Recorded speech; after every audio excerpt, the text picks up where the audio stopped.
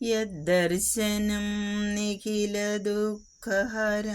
പവിത്രം യത്പാദപങ്കജരജാം സ്യഹനാശകാനി ധാത്രീ പുമർത്ഥനിജസ്യ ച യത്കൃപാ ശ്രീനാരായണം മുനിവരം തമഹം നമാമി. ആത്മസഹോദരരെ, എല്ലാവർക്കും എൻ്റെ വിനീത നമസ്കാരം. വിനായകാഷ്ടകം 2 ശ്ലോകങ്ങൾ നമ്മൾ കഴിഞ്ഞ ക്ലാസ്സുകളിൽ പിന്നിട്ടു. ഇന്ന് 3-ാം ശ്ലോകത്തിലേക്ക് കടക്കുകയാണ്. തൻ്റെ വലിയ ചെവികൾ കൊണ്ട് വേദസൂക്തങ്ങൾ ശ്രവിച്ച് പാതി അടഞ്ഞ കണ്ണിനാൽ ധ്യാനം ചെയ്ത് മനനത്തിലൂടെ ജ്ഞാനം നിറച്ച് ജ്ഞാനം തന്നെയായി നിന്നുകൊണ്ട് ഭക്തർക്ക് ആനന്ദമാകുന്ന മധു ഒഴുക്കിക്കൊണ്ട് നിൽക്കുന്ന വിനായകൻ, ഈ വിശ്വചൈതന്യത്തിൻ്റെ പ്രതീകം, ആനന്ദ അനുഭൂതിയുടെ മൂർത്തിമത് ഭാവം, ഗജമുഖരൂപത്തിൽ ദർശിക്കുന്ന വിനായകന് ഗജത്തിൻ്റെ രൂപഭാവങ്ങൾ നൽകിക്കൊണ്ട് ഗുരു ഇവിടെ സ്തുതിക്കുകയാണ് 3-ാം ശ്ലോകത്തിൽ. ഗളദ്ദാനമാലം ചലദ്ഭോഗിമാലം ഗളാംഭോദകാലം സദാദാനശീലം സുരാരാദികാലം മഹേശാത്മബാലം ലസത്പുണ്ട്രഫാലം ഭജേ ലോകമൂലം.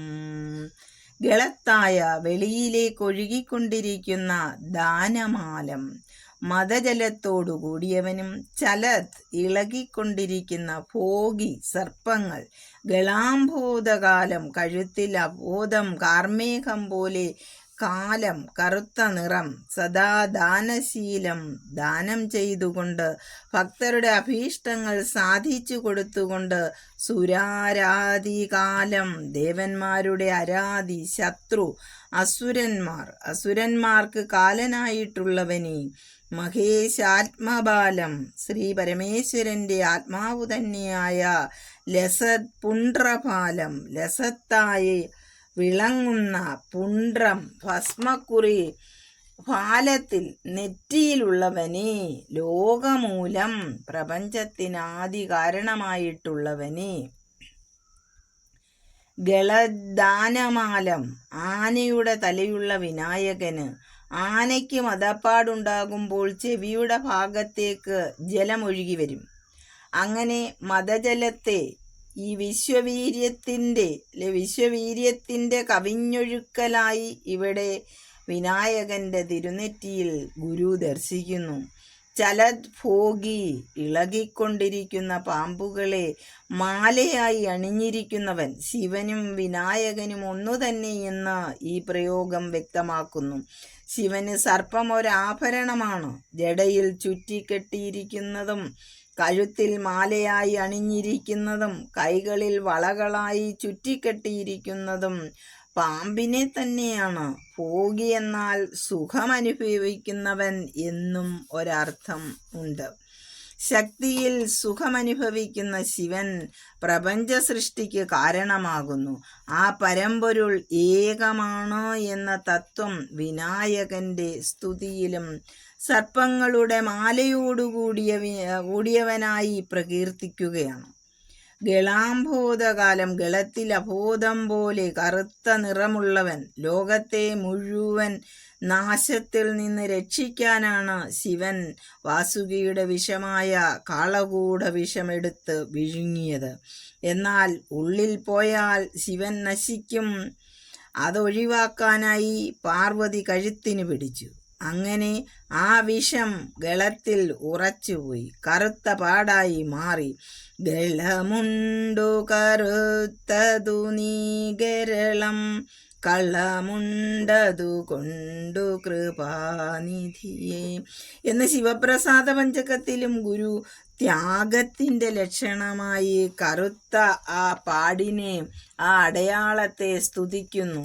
ഇവിടെ ത്യജിക്കുക, താൻ സർവർക്കും വേണ്ടി, ലോകത്തിനു വേണ്ടി തന്നെ ത്യജിക്കാൻ ആ മഹാത്മാവ് തയ്യാറായി. അതുപോലെ ത്യജിക്കുക എന്നത് മഹാന്മാരുടെ ഒരു ലക്ഷണമാണ്.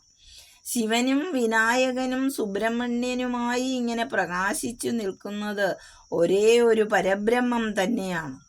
ഭക്തിയോടുകൂടി സ്തുതിക്കുവാൻ കഴിയുന്ന ഒരു കൃതിയാണ് നമുക്ക് ഈ വിനായക അഷ്ടകം എന്നത്.